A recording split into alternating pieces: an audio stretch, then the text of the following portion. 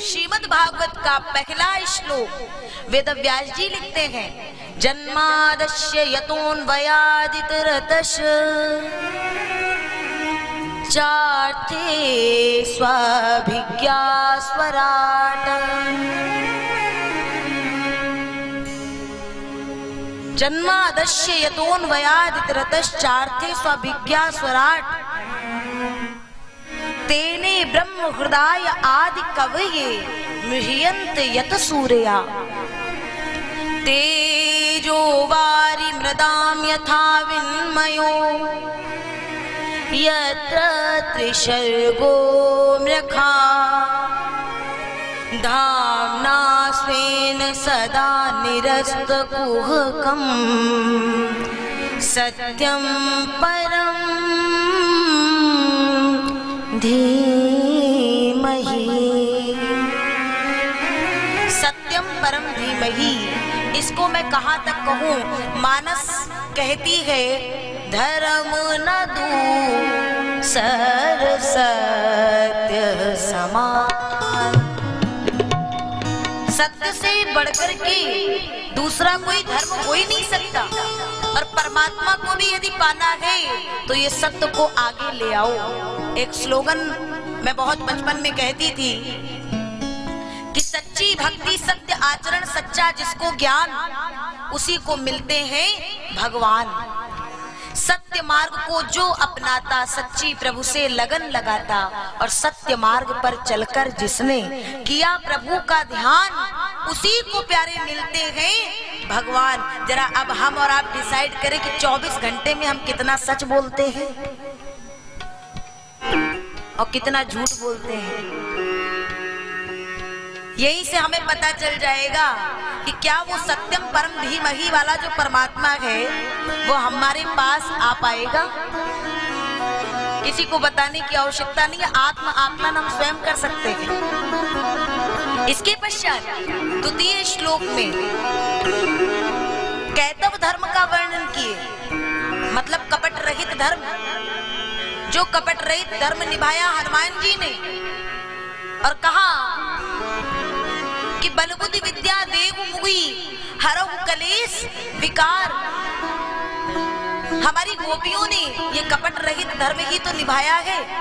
इसीलिए तो ये उद्धव जब चले तो गोपियों की चरण रज को माथे लगा करके चलते हैं। ज्ञान एक किनारे पर धरा का धरा रह गया। गोपियों की वो बात जब कृष्ण के पेट में पीड़ा हुई और चरणामृत की बात आई, और नारद जब वृंदावन आए तो गोपियों ने कहा, ठीक है नरक की बात करते हो, एक नहीं करोड़ों जन्म नरक मिल जाए तो भी हम डरने वाली नहीं हैं, लेकिन हमारे श्री कृष्ण का एक रोम तक कहीं दुखना नहीं चाहिए। शीश के मोल मिले तो ले लूं प्रीतम के दुख सारे, और उन प्राणों की क्या चिंता प्यारे जो इन प्राणनाथ पे वारे। उन प्राणों की क्या चिंता जो प्राणनाथ पे वारे। एक जन्म क्या कोटि जन्म को नरक हमें मिल जाए, लेकिन मेरे प्राणनाथ का एक रोम न दुखने पाए। हम तो कथा में भी बैठते हैं तो 2 से 3 घंटे में न जाने कितने आसन बदल देंगे, न जाने कितनी बार जमाई आ जाएगी, न जाने कितनी बार विचार करेंगे एक बार थोड़ा घूम के आते हैं, फिर बैठ गए थोड़ा सा टहल आते हैं। ये क्या है? अभी कल मैं एक पुस्तक पढ़ रही थी, उसमें बहुत सुंदर बात लिखी थी कि जो साधारण सा ये पान मसाला गुटखा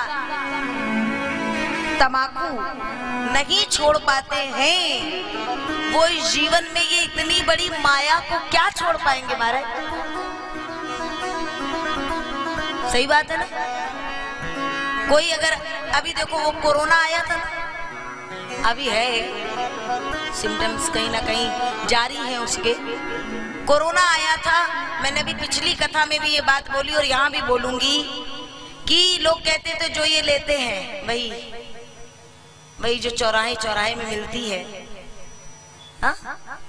सबसे पहले जिस समय लॉकडाउन खुला और उनकी ये सुंदर दुकानें खुली तो महाराज अभी तक सब मौन बैठे थे, सब सन्नाटा खिंचा हुआ था, लेकिन ऐसे भड़बड़ा के निकले हैं, मतलब मानो ऐसे अमृत की झड़ी लगी थी।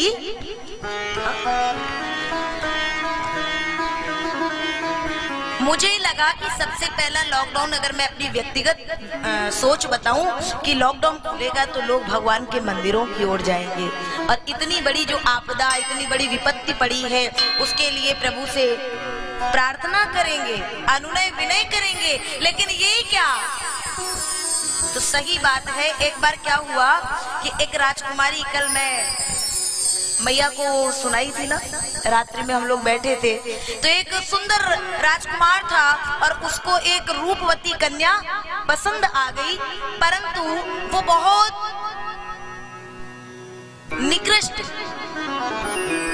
जगह से आती थी और वो जब विवाह करके उसको लाया और बढ़िया सुंदर महल में उसको आसन दिया तो 3-4 दिन व्यतीत हो गए, रातें बीत गई, वो कन्या को महलों में नींद नहीं आई। राजकुमार ने कहा ऐसा करो, जरा एक साधारण सी चारपाई निकलवाओ और जहां वो गंदगी पड़ी हुई है ना वहीं जरा इसकी चारपाई डलवाओ, देखो जरा इसको नींद आती है कि नहीं। ओ हो, जो घोड़े बेच के सोई।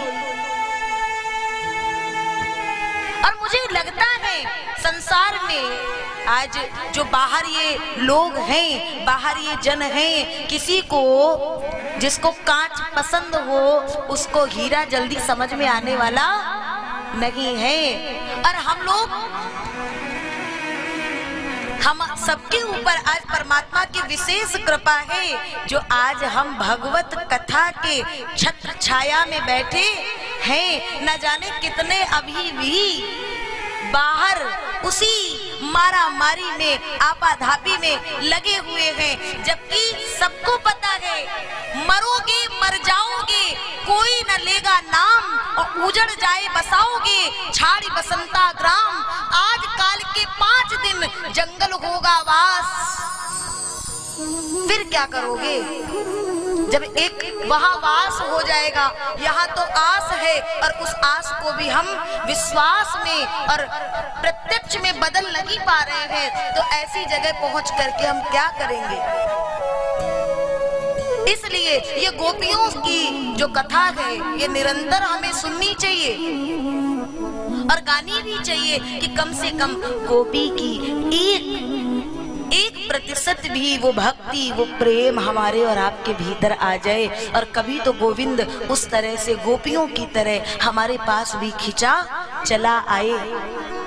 इस तरीके से यह कपट रहित धर्म का वर्णन करते हैं और फिर निर्मत्सराणाम सताम, निर्मत्सर होकर के गोविंद का भजन करो। निर्मत्सर मतलब मत्सर को अपने जीवन से निकालो। और वो मत्सर क्या है?